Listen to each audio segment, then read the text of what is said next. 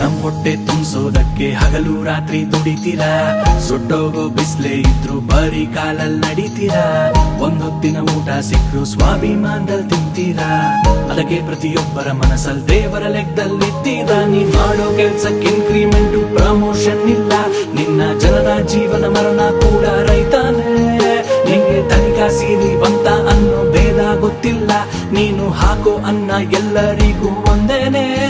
ಅಕ್ಕಿ ಎಷ್ಟು ಬೆಂದಿದೆ ಅಂತ ಒಂದು ಮುಟ್ಟಿ ನೋಡಬೇಕು, ದೇಶ ಎಷ್ಟು ಬೆಳೆದಿದೆ ಅಂತ ರೈತರ ನೋಡಿ ಹೇಳಬೇಕು. ದೇವರು ಎಲ್ಲ ಕಡೆಗೂ ಇಲ್ಲ, ಅದಕ್ಕೆ ನೋಡುವೆ ನಿನ್ನ ಕಡೆಗೆ, ತಾಯಿ ಕೊಟ್ಟ ಕೈಯ ತುತ್ತು ಕೂಡ ನಿನ್ನ ಕೊಡುಗೆ.